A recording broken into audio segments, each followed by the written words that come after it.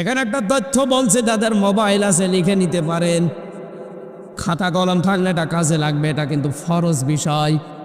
একটা মেয়ে লোকের জন্য 14 জন পুরুষ মানুষের সাথে মোবাইলে কথা বলা আর পর্দার আড়াল থেকে কথা বলা, দেখা করে কথা বলা 14 জন পুরুষের সাথে জায়েজ আছে।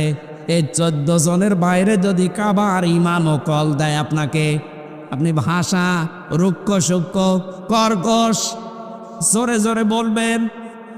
এই 14 জন পুরুষের বাইরে যদি আমির হাসানা কাবার ইমামও যদি কল দেয়, কথা বলবেন সত্য কথা, মিথ্যা কথা বলবেন না, কিন্তু ভাষা হবে কর্কশ।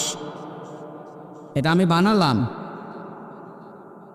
সূরা নেসার তাফসিরের ভেতরে 14 জনের নাম আছে। 1 নম্বরে আপনার নিজের বাবা।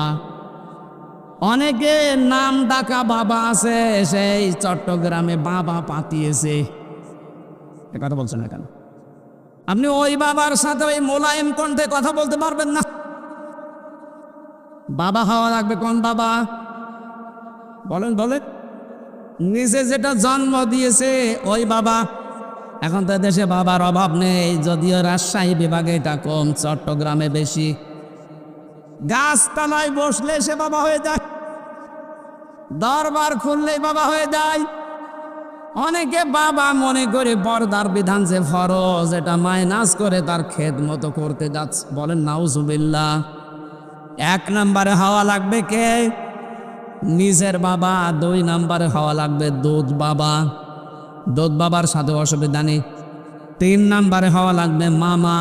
এটা ওই রিক্সা চালক মামা না, এটা আপন মামা।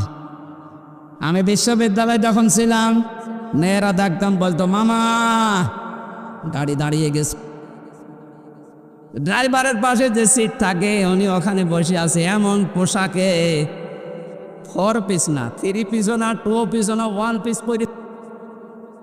এটা যুবতী মেয়ে, 20 বছর 22 বছর বয়স, বুকে কোনো ওড়না নেই। এইরকম মহিলা যদি বসে, মামা অ্যাকসেপ্ট করবেন? কথা বলছেন না কেন? এই সমস্ত দেখে মামা করে অ্যাক্সিডেন্ট।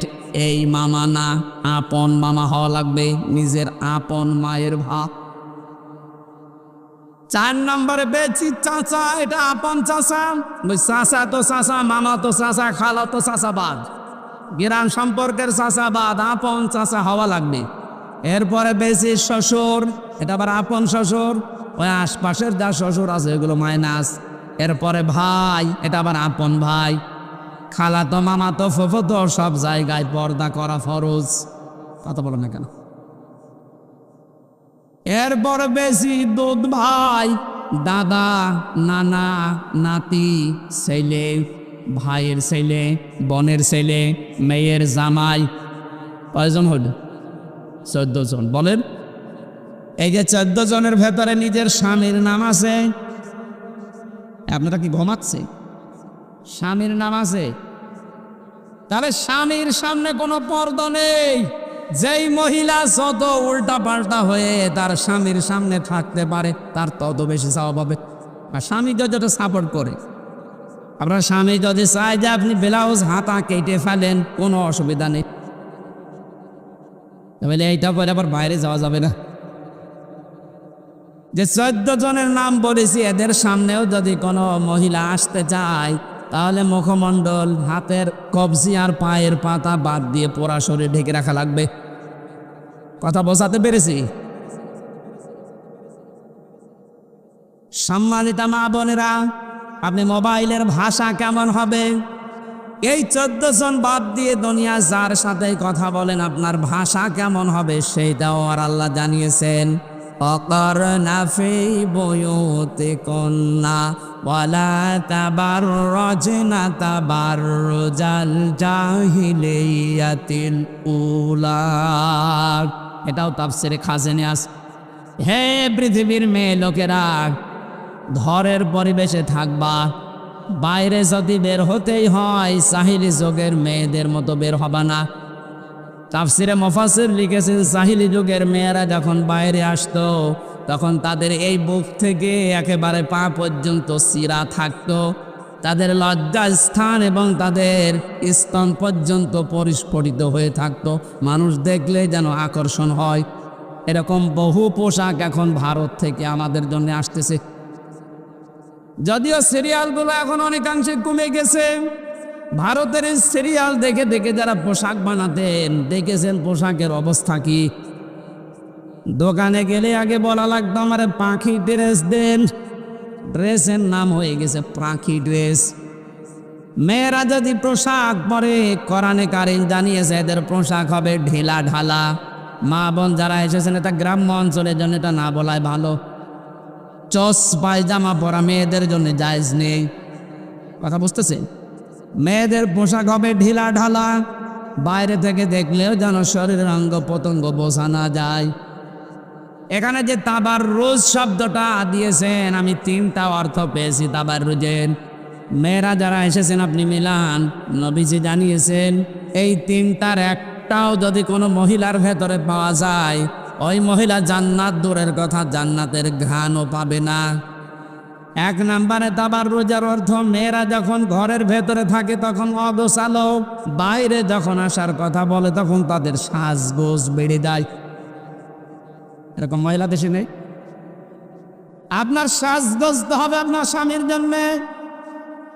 হযরতে ফাতেমা একদিন সাজগোজ করে বাইরে যাচ্ছিলেন ছোট বয়সে। নবীজি ডাক দিয়ে বললেন, মা কোথায় যাও? আমার বান্ধবীর বাড়িতে। বিশ্বনবী ওই দিন ছোট করে তাকে একটা কথা বলেছিলেন, মা দুনিয়ার মানুষকে দেখাতে যদি সাজগোজ করো তাহলে আখিরাতের সাজ থেকে আল্লাহ তোমারে বঞ্চিত করে দেবে। তুমি সাজতে পারো তো শুধু তোমার স্বামীর জন্যে। হযরতে ফাতেমা ওই দিন থেকে মরণ পর্যন্ত স্বামী ছাড়া আর কারো জন্য তিনি সাজেননি। সুতরাং মেয়েরা সাজবে তার স্বামীর জন্যে, বাইরে কোনো মানুষের জন্য সাজগোজ করা মেয়েদের জন্য জায়েজ নেই।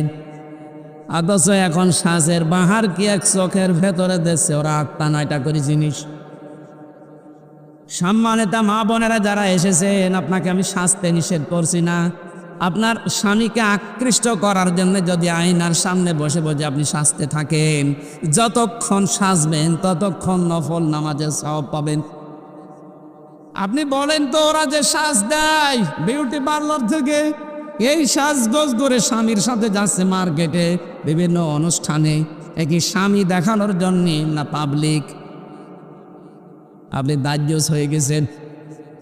দ্বিতীয় নম্বর তাবাররুজের অর্থ মেয়েরা যখন রাস্তাঘাটে আসে তখন ওদের পোশাক হয়ে যায় 8-60।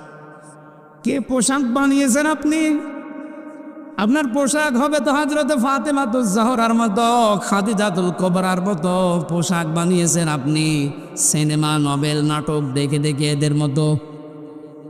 মান তাশাব্বাহা বিকওমিন ফাহুয়া মিনহুম, দুনিয়াতে যার সাথে যার সাদৃশ্য মিলবে কিয়ামতে আল্লাহ তার সাথে তাকে তুলবে। আল্লাহ মেয়েদের পোশাক আশাকগুলো ইসলামী কায়দায় বানানোর তৌফিক দান, বলেন আমিন।